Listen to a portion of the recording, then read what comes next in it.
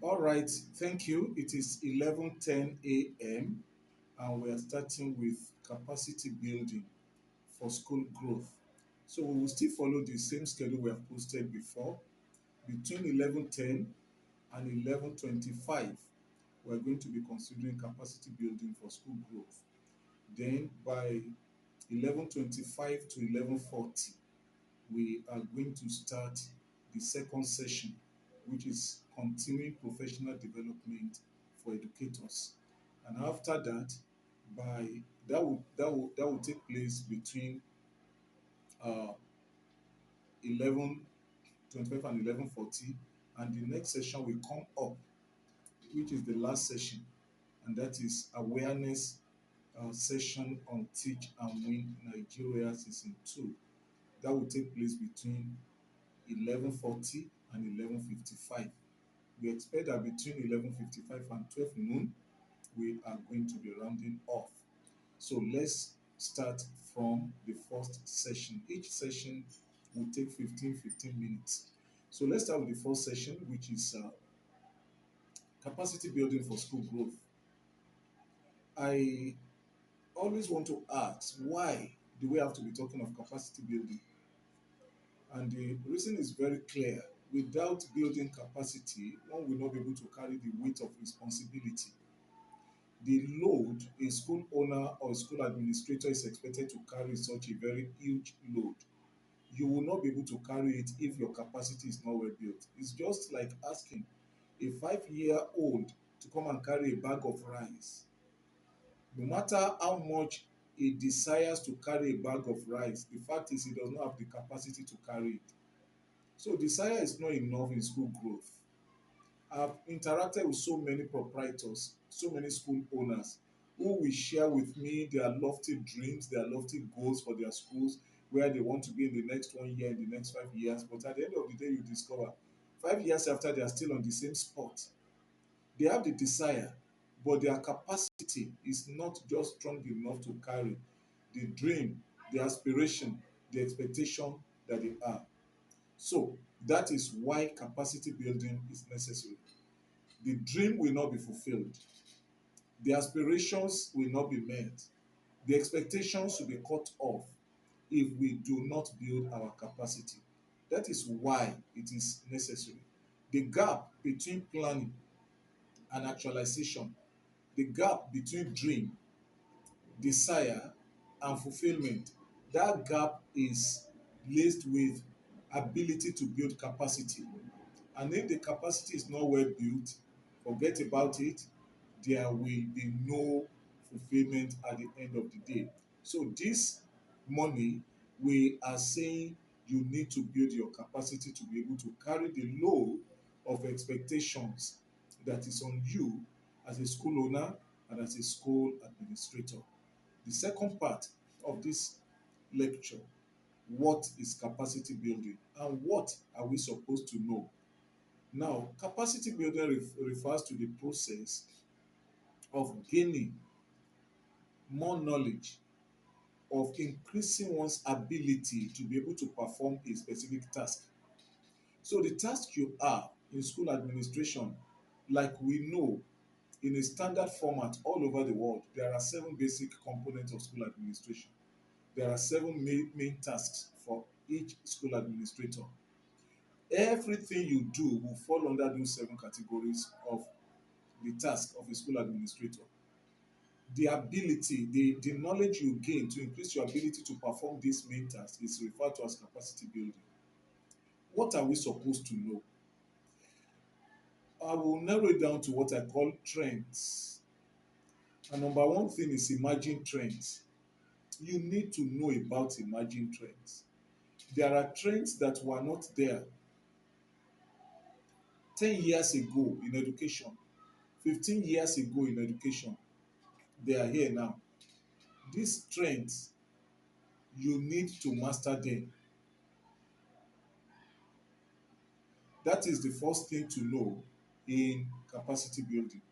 Number two, evolving trends. Trends that are just evolving. There is difference between emerging trends and evolving trends. For emerging trends, artificial intelligence is an emerging trend that a school administrator need to master. The concept of robotics education is an emerging trend that a school administrator needs to master. But we have evolving trends. They are there before, they are only evolving. Before it used to be chalk and board, then it became board and marker. Then we graduate to whiteboards and then to interactive boards. These are evolving, these are processes that are changing. We need to also master that. When it comes to instructional materials deployment, we started with flashcards, then we graduated to improvised materials, then we go to fabricated materials. Now we are going to electronic materials for our instructional materials, and then we are going to AI generated instructional materials. These are evolving trends that we need to know. Number three is contemporary trends. Those things that are happening in other climes, in other schools, in other countries. What is happening in the US in their pedagogical styles? What is happening in Finland regarding their school plant? What is happening in the UK regarding their teacher-pupil relationship? These are contemporary trends that, as school owners and school administrators, we need to master. And then number four, we have the current trends. We have trends that are current, that are trending currently all over the world. And finally, we have the future trends. What is the future of education and what will be the future of education? These are five trends that all of us need to master. And this is what this training is all about. And this is what we are going to be doing on this channel every week, exposing us to these five layers of trends: emerging trends, evolving trends, contemporary trends, current trends, and future trends. And finally, on this issue of capacity building, we have talked about why, we have talked about what. The third thing I want to talk about is how do we get this knowledge? How do we get this information? How do we get to know about these trends that will help us in our task? Number one is education. We go to school to get education, but we all know that college certificate is not enough to drive success post college. So we need on the job training, we need on the job education that will help us to be able to gather more about these trends. And this is what this training program is doing. This is what different on the job certification programs are meant to do. As a school owner, as a school administrator, and everyone in your school system should be getting education from time to time. With relevant education, there is definitely going to be elevation, and with more knowledge, you are going to get edge. But if you stop getting knowledge, information, education about what you are doing, you may be out of business. So education is number one thing, and education, like I said, is not limited to certificate or going to school alone. You need to add more through programs like this. Like I said, every week on this channel, we are going to be releasing different levels of knowledge for us that will help us in gaining more education. Secondly, we have exposure. It's another way of getting the information that you need. Getting exposed, visiting schools, top performing schools in your neighborhood, in your state, in your country, or even outside your country. The exposure you gain from such visits will go a long way in building your capacity. We're still talking about how. Now, exposure is not limited to visiting alone. Attending programs, attending conferences will also expose you not only to best practices in educational practices, in educational administration and management, it will also expose you to latest materials, latest solutions in the field of education. Many of us are educated, but we are not exposed, and it's the bane of African educational system. Number three is exchange. Having schools that you have exchange program with, you go to their school, your teachers go to their school, Their teachers come to your school. We have done this for many school owners in Nigeria.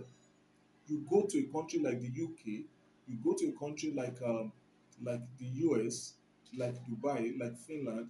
Let your teachers and your students spend a week there. They also come around.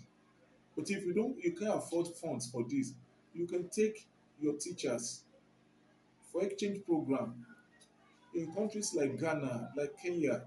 And if you can do that even here in Nigeria, there are top performing schools that litter all over the country. Exchange is a sure way of gaining and building and boosting capacity. And then we are the next one, which is enlightenment, asking questions, getting mentoring. That is what we are doing through programs like this, our conferences, our summit, our fora, our institutions, to gain enlightenment on what next. What am I doing well? What am I not doing well? What can I do better? The enlightenment comes through different avenues. We do it through training seminars, through assessment, through quality assurance. And finally, we have empowerment. Being empowered as a school owner and administrator with all the tools that you need. In what areas? In human resource management, in customer service management, in parent relationship management, in community relation management, in conflict management, in security management, in facility management, in student academic performance management, in marketing management. You need to be empowered in almost 20 components that make a school owner and a school administrator to be on top of his game. So, we have come to the end of this first session. We have talked about why we need capacity building, and we have said it clearly here that a 5-year-old child, no matter how he desires, cannot carry a bag of rice. That is what many of us are trying to do. You tell us your fantastic dreams for your school, how you want your students to be passing, to be scoring high, to be doing well in competitions, gaining scholarships, and all of that, and yet you do not have capacity for it. We have talked about what capacity building is, and we have also talked about what you need to get the 5 trends, and we have talked about 5 ways in which you can get capacity building. I will stop here today. We'll still continue next week by God's grace. Now, this takes me to the second session, continue professional development for educators. Professional development must be continued and must be continuous. It must not be a one-off thing. And so I'm going to categorize it. The professional development that you need as school owner and administrator must touch the areas that I mentioned in the previous session, and it must be continuous. So we have 10, sorry, we have 20 major areas that incorporate school business and school administration. We're going to be taking them one after the other every week.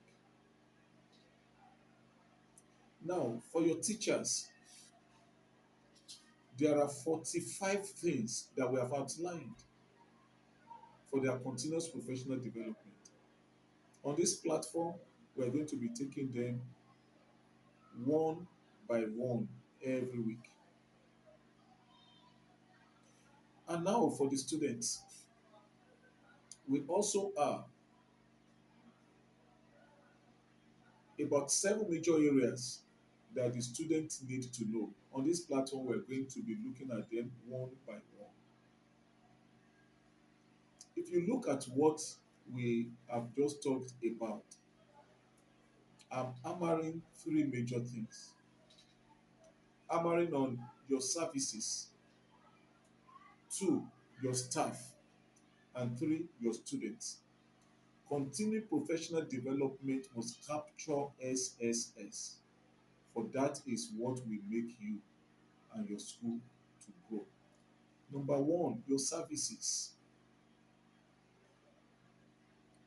What are the services that you are rendering? What are the programs that you are running in your school that could attract parents, that could attract customers?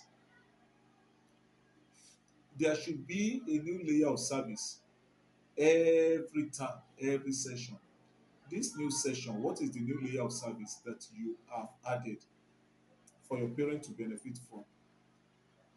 So when we're talking of continued professional development, there must be a continuous program that will help you to be generating services that will make you to stay on top of your game and attract more students from time to time.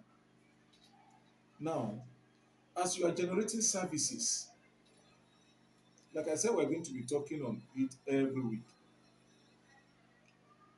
Services, curricular services, extracurricular services, co-curricular services. The next thing is the staff. There must be a continued professional development for your staff. What do you need to do to make sure that their best is coming out on daily basis? And then the students. These are the three layers. So we have seen what we need to do regarding the professional development. We have seen the target. Now, practical recommendations. For services, I just gave you a recommendation. Make sure that every time you are adding something new, every time you are adding something new. I and this program we are hosting it in different schools. A school is hosting us now for today's edition. Next week, another school will be hosting us, and so on and so forth. We have decided to do this so that we can have a practical view of what our training impact has been. So if you want to host us for any of our sessions, you can always contact us. Then we let you know what the hosting rights require and what you need to put in place. So every time there should be a new layer of service. You were asking the school that is hosting us now, and they told us that before they weren't doing artificial intelligence, they weren't doing coding, they weren't doing robotics, but they have introduced it. That's their own new layer of service. At another time, another school will tell you we have just introduced karate. That is their new layer of service. Another school will tell you we have introduced international languages. That's their own new layer of service. So, as a school owner, you need to every time and every year introduce a new layer of service. That is the aspect of service. If you need a comprehensive list of services that you can introduce, of course, you can get in touch with us. Number two, the staff. Your staff should be developed professionally, not every session that some of us do. I've seen proprietors telling me every session we do training. It's not enough. Some people say they do it every month. It's not enough. It has to be every week and every day. How do we achieve that? The teaching preview is a way of developing teachers, and that should be done every week. The common errors in English language, we call it English language clinic, should be done every week. That will test their grammar, test their vocabulary, test their pronunciation drills every week. And it's not something that takes too much time. Just give them 5 words to pronounce. Just give them 5 words or 10 words to write to test their spelling, and give 5 sentences for them to correct. That is all. If we are doing this every week, at the end of the term, if they have done it for 10 weeks, they will have generated 50 vocabularies. 50 better ways of pronunciation, 50 sentences, and so on and so forth.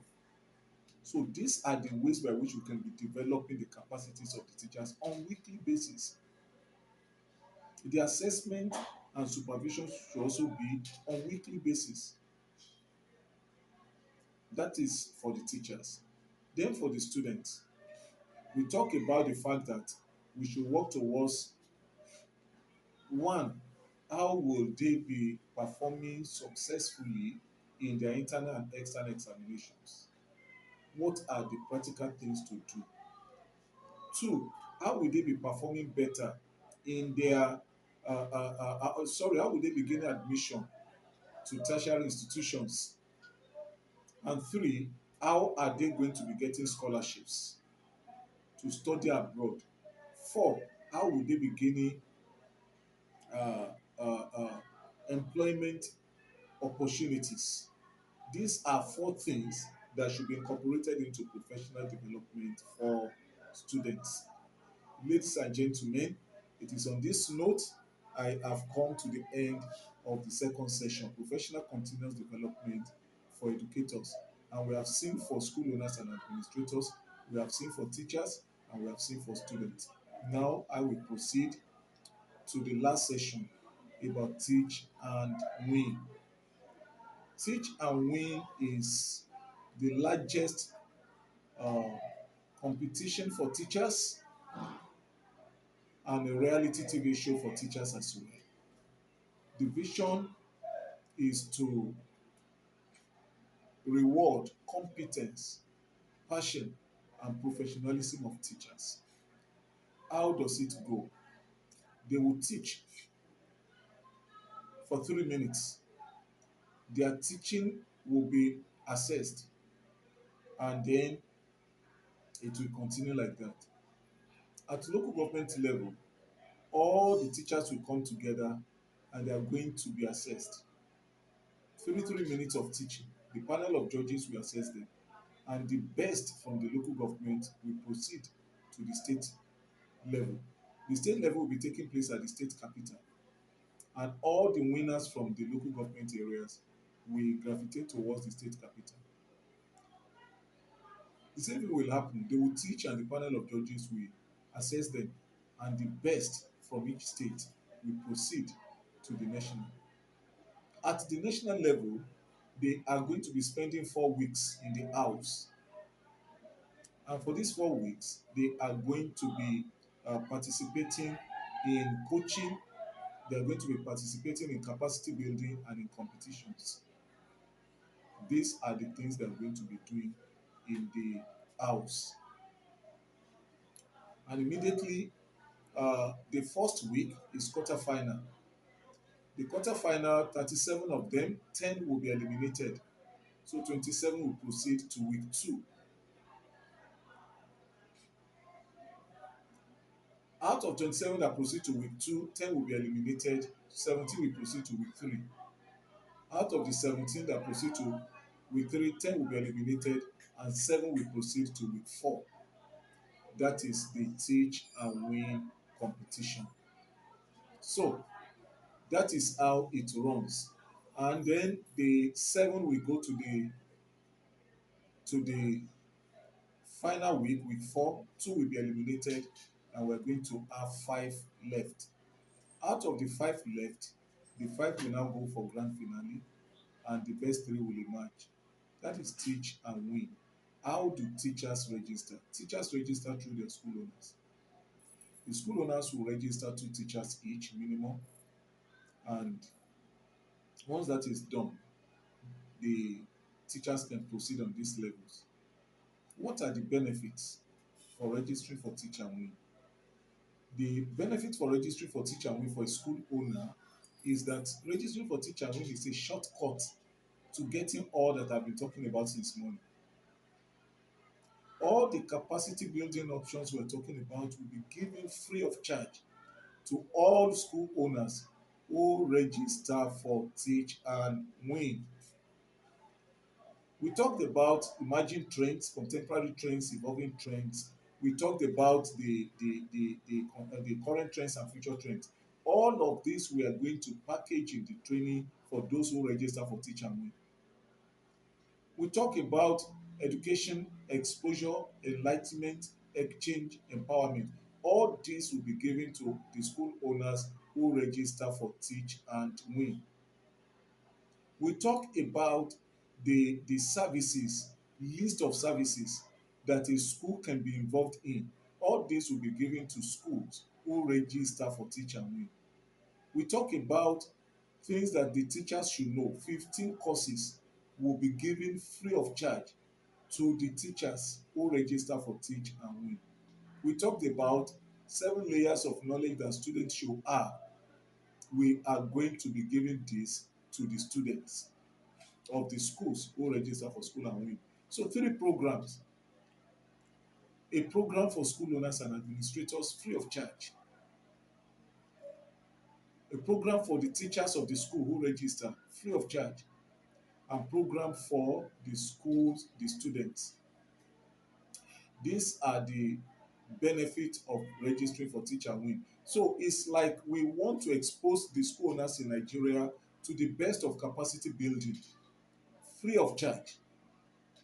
But the condition is register for Teach and Win. That will be your commitment, and then all other things will roll in. If you want to register for Teach and Win, you want your teachers to participate in this competition, just get in touch with the uh, uh, chairman of your association in your local government. We are working with different associations at national level, and they will give you the procedures that you will go. All we need to get is for your national president or whoever is the national rep that is interacting with us to tell us that so so so person should be registered, and we have no choice, we register the person. That's the arrangement. We are working with proprietors associations in the country. But as a school owner, you get this training seminar, and each course in the capacity building for school owners, each course costs 20,000 naira. So if we're opening up 5 courses for you, that's 100,000 naira. So if we are giving it to two of you, that's 200,000 naira worth of capacity building training free of charge. All because you have registered for teacher. If we have our CTTC before we do we did a discount, a promo, but now all the discounts have been removed, all the promos have been removed. It's 5,000 naira per course. 5,000 multiplied by 15, we're opening 15 courses for the teachers. That's 75,000. If we do that for 2 teachers, that's 150,000 naira. That's what we are giving to your school free of charge because you are registering for teacher. And then we have the exposure program for students in Africa. We are doing this for all the students. It's actually 100,000 naira per term, and we are doing it for 3 terms. That's 300,000 we are giving. So if you add the first 200,000 plus 150,000, that's 350,000 plus 300,000, that's almost 650,000 naira that we are giving to the school free of charge, just for one thing, for registering for Teach and Win. So what are you waiting for? Register 2 teachers for Teach and Win, and you have opportunity of getting capacity building program worth over 500,000 naira. And that does not stop what the teachers will gain as they progress in this competition. And when they win at the state level, they get consolation prizes. When they win at national level, they get mouth-watering cash prizes. So there is so much to gain for the teachers and for you as a school owner. Register for Teach and Win and enjoy the best of capacity building for your school. We don't know how long this opportunity will last, but it is on ground now. And there is just one key to get all these capacity building programs. And the key is what? Register for Teach and Win. Isn't it good? So, what does Teach and Win entail? What of Teach and Win? Capacity building for all the teachers, coaching for the teachers, competition, consolation prizes, and cash prizes. That's what we call the 5 C's of Teach and Win. What are the benefits of Teach and Win? It gives us opportunity to appreciate the teachers, boost their morale, uh, uh, uh, give them capacity building, and developing their potentials, elevating their standard in the society. This is what we call the ABCDE of Teach and Win. Very, very interesting, and I hope that all of you will take step immediately to uh, register for Teach and Win. Hopefully, your teacher can be the best in the local government and represent your local government at the state level. Hopefully, your teacher can be the best at the state level and represent the state.